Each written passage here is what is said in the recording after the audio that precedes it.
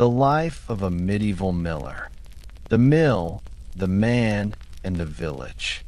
When you imagine medieval life, you may picture peasants in fields, knights on horseback, or monks in their cloisters.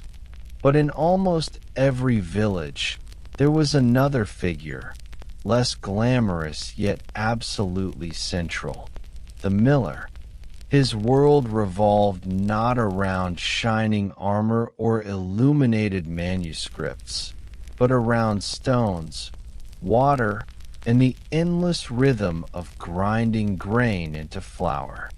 The life of a medieval miller was one of monotony and suspicion. He stood at the junction of survival, for without his work, bread, the staple food of Europe, could not be made. Yet he also carried a reputation for dishonesty, forever suspected of cheating villagers out of their grain. In this section, we will step into his world, into the mill itself, into his daily routine, and into his uneasy role at the heart of village life. The centrality of the mill. Bread was not just food in the Middle Ages, it was life. In many villages, bread made up more than half the daily diet, often accompanied by ale or small beer. But before bread could be baked, grain had to be ground into flour. Hand querns, small grinding stones, were too slow for large households. Instead, communities relied on mills powered by water or wind. A mill was usually the largest building in a village after the church.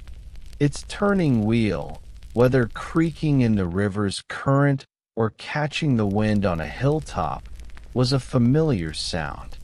Villagers came with sacks of grain, left them to be ground, and returned for flour. The mill was, in effect, the beating heart of the local economy. And the man who ran it, the miller, was both essential and mistrusted. The structure of a medieval mill. To understand the miller's life, you must imagine the building itself. A watermill stood beside a stream, with a wooden wheel turned by flowing water. Inside, massive millstones ground the grain. The sound was constant, a deep rumble of stone against stone, punctuated by the creak of gears and the splash of water. Dust filled the air, coating everything: walls, sacks, and the miller's own hair and clothes. The mill was dark, lit by small windows and sometimes a lantern or fire.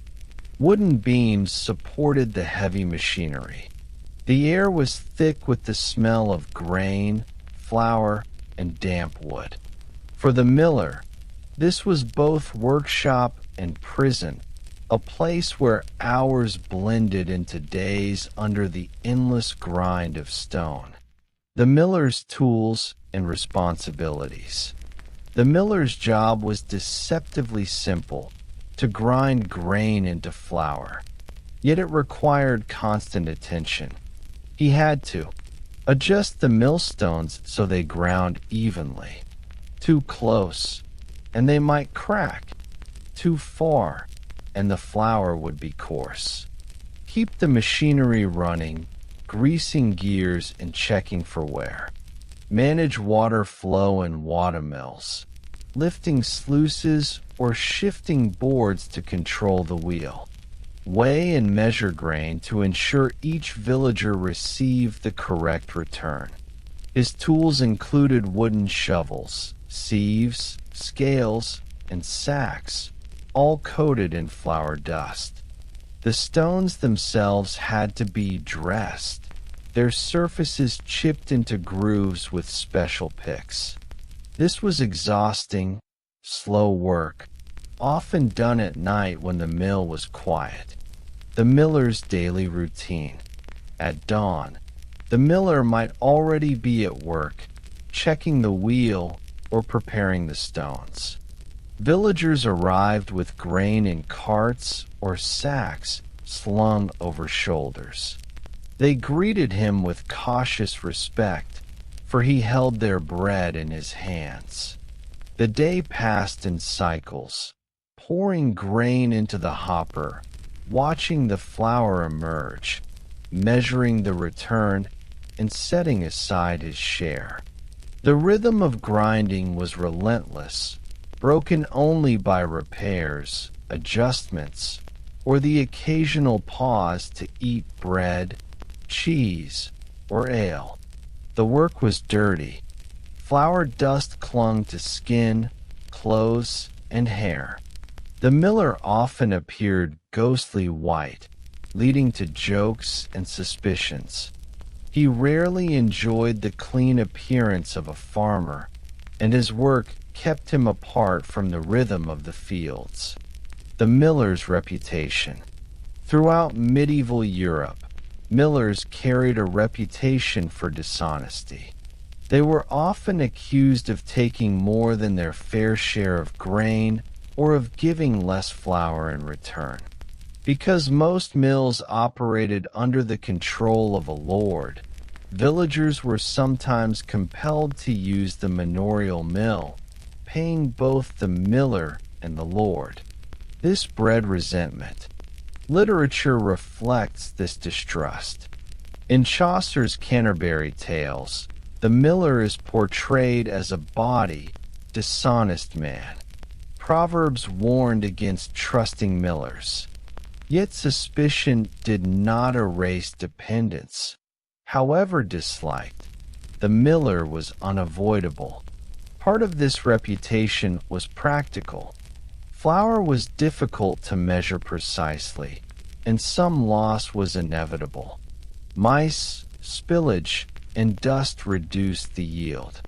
But villagers, struggling to feed their families, often blamed the miller for shortages.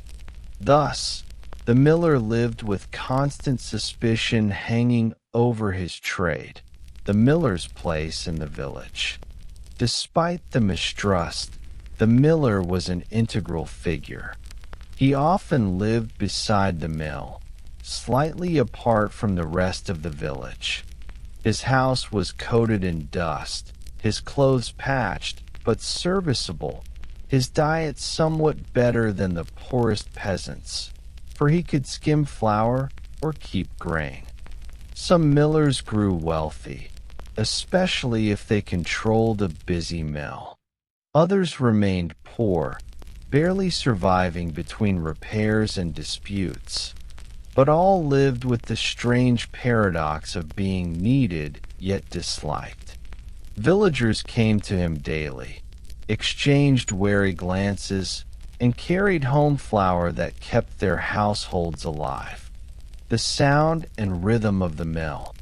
To appreciate the miller's life, imagine the constant noise, the turning wheel, the grinding stones, the creaking gears.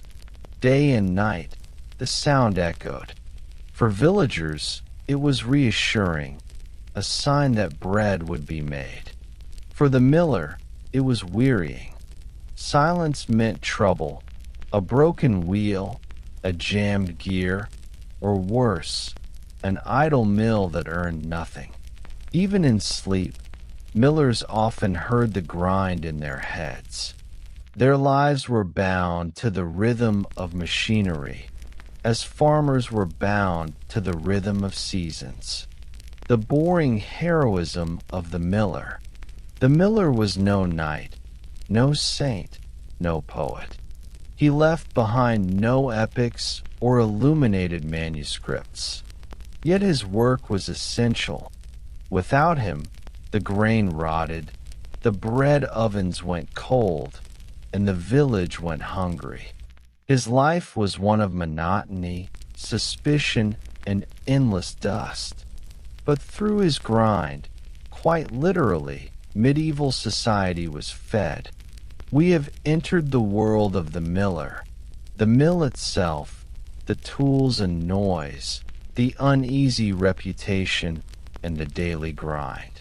But how did millers fit into the larger web of power, lords, manorial obligations, and the economy that bound peasants to their land? The miller, the manor, and the weight of obligation. In the first section, we stepped into the dusty, noisy world of the medieval miller and saw how his daily grind turned grain into flour for the entire village. Yet the miller's life was not only shaped by water wheels and millstones. It was bound within the larger web of feudal obligations and manorial control that defined much of medieval Europe. The miller's role was both practical and political. He was not only a tradesman, but also a functionary of the manor, caught between the lord above and the villagers below. The manorial monopoly. Most mills in medieval Europe were manorial mills, built and owned by the local lord. This was no coincidence. A mill required significant investment, the construction of water channels, wheels, gears, and buildings. Lords funded these projects and, in return, claimed monopoly rights. Villagers were required, by law and custom, to bring their grain to the lord's mill and nowhere else. This arrangement ensured income for the lord, who received a portion of the grain as a fee, and income for the miller, who operated the mill and took his own cut. But it also bred resentment. Peasants were not free to grind grain at home using hand querns or small mills. In many regions, querns were banned, confiscated, or destroyed. The mill was compulsory, and the miller its gatekeeper. Thus, the miller stood as a visible symbol of manorial authority, necessary but resented. The miller's obligations to the lord. The miller himself was often not independent. He might lease the mill from the lord, paying rent in grain, coin, or a share of his profits. In other cases, he was a direct servant of the manor, employed to run the machinery and collect fees. His obligations could be heavy. Maintaining the mill, including costly repairs to wheels, gears, and stones. Ensuring a steady supply of water or wind, which meant constant adjustments to sluices and sails. Delivering the lord's share of grain promptly, with precise accounts. Collecting fees from villagers, often at the risk of anger or hostility. The miller lived in a precarious position. If he failed to deliver the lord's due, he faced punishment or eviction. If he was too harsh with villagers, he risked hatred and even violence. Balancing between authority above and resentment below defined his daily reality. The fee, multure. The portion taken by the miller and lord was known as multure, a percentage of grain ground at the mill. The rate varied by region, often around 1/16 to 1/24 of the grain. To villagers, this felt steep, especially when they had no choice but to use the manorial mill. Suspicion arose because it was difficult to measure precisely. Grain went into the hopper, flour came out, and some loss was natural, spillage, dust, and wastage. Yet peasants frequently suspected that millers took more than their share. Whether justified or not, the reputation of dishonesty clung to the trade. The miller's multure made him slightly better off than the average peasant. He might enjoy meat more regularly, or a sturdier cloak, or a small supply of ale. But these modest advantages fueled envy and reinforced his unpopular image. Conflicts with villagers. Tensions between millers and villagers were constant. Common complaints included short wait, accusing the miller of returning less flour than owed, excessive fees, charging more than the customary share, favoritism, serving some villagers faster than others, delays, forcing peasants to wait while the mill ground others' grain. Villagers grumbled, whispered, and sometimes confronted the miller directly.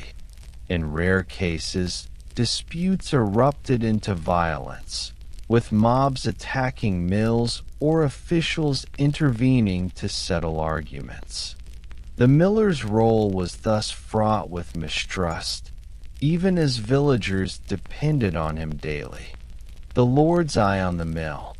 Lords knew that mills were valuable. As such, they often monitored them closely. Stewards and bailiffs inspected accounts, checked that muture was collected fairly, and ensured that the Lord's share reached his granaries. Mills were recorded in manorial rolls, with careful notes on their output, repairs, and income. The miller, therefore, lived under scrutiny.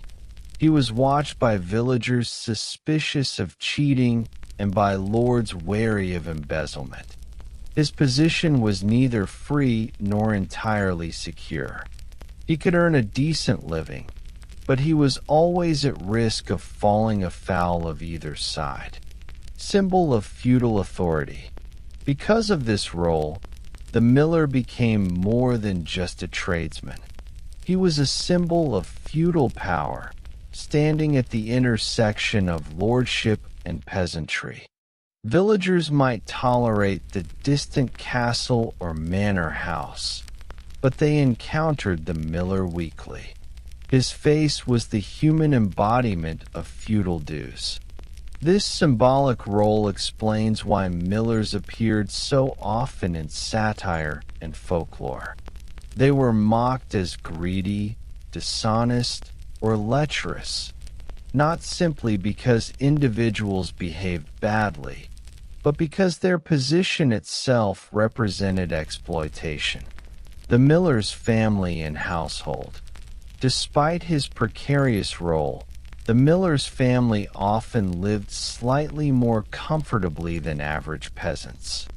His home, usually adjacent to the mill, was larger, with constant supplies of flour. His wife might bake bread or brew ale for sale. His children might help in the mill, carrying sacks or cleaning machinery. Still, the family shared in his burdens. They too were targets of suspicion, their relative comfort envied.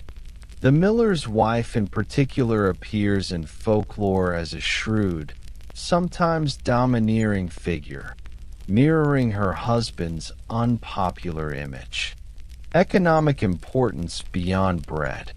Mills were not used only for grinding grain. Some also processed malt for brewing, crushed oilseeds, or even sawed timber.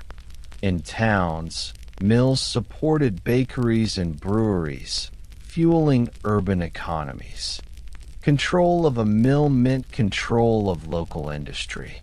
This economic importance heightened the miller's visibility. He was not just grinding flour, but sitting at the crossroads of trade, food, and survival. His obligations were thus both economic and social, binding him into networks far beyond his dusty mill. The endless cycle of obligation. For the miller, life was an endless cycle of obligation. To the villagers, who depended on him and resented him. To the lord, who demanded rent, repairs, and dues. To his own family, who relied on his modest prosperity. To the machinery itself, which broke, jammed, or needed constant attention. There was no escape from this cycle. The grind of the millstones mirrored the grind of his life, circular, repetitive, and inescapable. We have now seen how the miller was caught between villagers' suspicion and the Lord's demands, trapped in obligations that made his life both better and more precarious than those around him. But what became of this reputation and role over time? Did millers remain despised symbols of exploitation, or did their position evolve with changing economies and technologies? Folklore, reputation, and the legacy of the miller. We have seen the miller in his mill, amid dust and grinding stones, and we have watched him juggle obligations between villagers below and lords above. Now we turn to the cultural shadow he cast, how he was remembered, mocked, and sometimes vilified in folklore and literature, and how his trade left a lasting legacy long after the Middle Ages ended. The miller in folklore and satire. Few medieval tradesmen became as prominent in popular imagination as the miller. From English proverbs to French fabliaux and German folk tales, millers were painted as greedy, crafty, and untrustworthy. Their constant proximity to grain, the very lifeblood of peasants, made them easy targets for suspicion and humor. In English tradition, the saying, "An honest miller hath a golden thumb," implied that honesty among millers was so rare it was practically miraculous. The golden thumb referred to the habit of pressing a thumb into flour on the scales to cheat customers. Chaucer's miller in the Canterbury Tales is one of the most memorable figures, a drunken, bawdy man who cheats others and delights in dirty jokes. His tale is coarse and mocking, reinforcing stereotypes. In continental tales, millers were often cast as tricksters, sometimes outwitted by clever peasants or mocked for their greed. These stories reveal less about individual millers and more about the collective resentment villagers felt. By caricaturing the miller as dishonest or lecherous, communities expressed their frustration at being dependent on someone they mistrusted. The miller as outsider. The miller occupied a peculiar social space. He was not a serf bound to the land, nor a noble in the castle. He was essential yet marginal, tolerated but avoided. His dusty appearance, separate dwelling, and semi-independent role placed him outside the central fabric of village life. This outsider status reinforced his negative image. He lived slightly better than peasants, which invited envy. He worked with machines rather than in the fields, which set him apart. He dealt constantly with both grain and money, which made him suspect. Folklore exaggerated these traits, but they reflected a real unease. The miller was a figure at once ordinary and strange, indispensable and despised. The family in popular imagination. Even the miller's family was not spared. Wives of millers appeared in stories as shrewd, domineering, or unfaithful. Daughters were sometimes depicted as flirtatious, echoing suspicions of the father's greed with social impropriety. These caricatures exaggerated reality, but cemented the Miller household as a symbol of untrustworthiness. And yet, these tales were often told with humor rather than venom. The miller was a convenient, but of jokes, someone who could be mocked without threatening the greater order of society. He was both feared and laughed at, resented and ridiculed. The miller's reputation and records. Beyond folklore, historical records show the miller's ambiguous place. Manorial court roles frequently include disputes involving mills, accusations of overcharging, conflicts over repairs, or complaints from villagers. Millers appear not as villains, but as constant participants in the legal grind of rural life. In some cases, millers were prosecuted for keeping illegal querns or operating mills without permission. In others, they were fined for taking excessive muture. Yet they also appear as respected figures, serving as witnesses in contracts or minor officials in manorial administration. Reality, as always, was more complex than satire suggested. Technological evolution.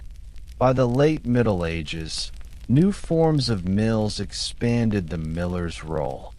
Windmills, first appearing in northern Europe around the 12th century, spread across flat landscapes where water power was scarce. These towering structures made millers even more visible.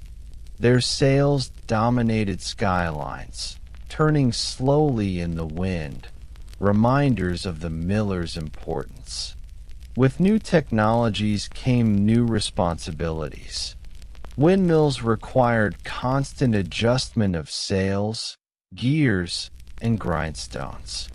Millers became even more specialized tradesmen, their knowledge valued but their reputation unchanged. They remained, in the eyes of many, necessary tricksters. The miller in art and iconography. Artists often depicted millers with sacks of grain, dust-covered clothing, and sly expressions. In marginalia of manuscripts, they sometimes appear as comic figures alongside peasants and animals. Their association with flour dust gave them a ghostly look, which artists exaggerated for effect. Windmills, too, became powerful symbols. In paintings and illustrations, they stood as landmarks of rural life, looming in the background of villages.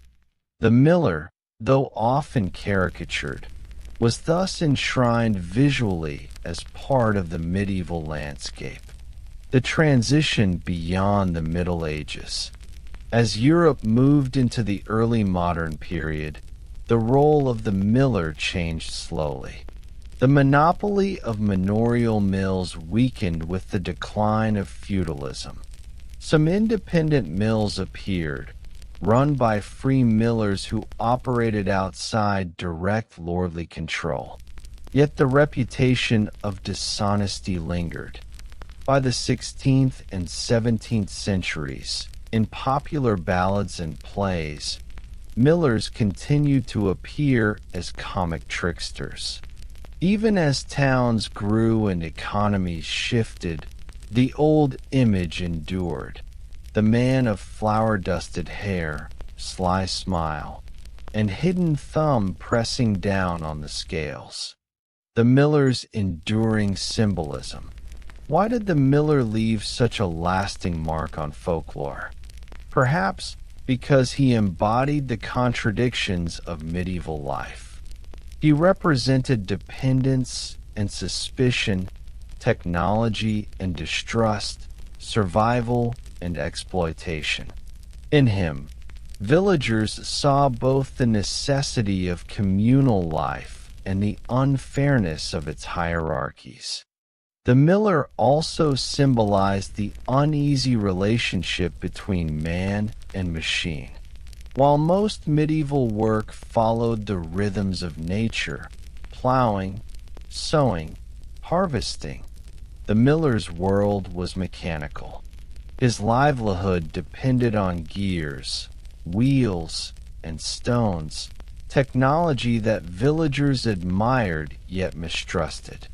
In this sense, the miller was one of the first figures to embody the social tension of technological labor.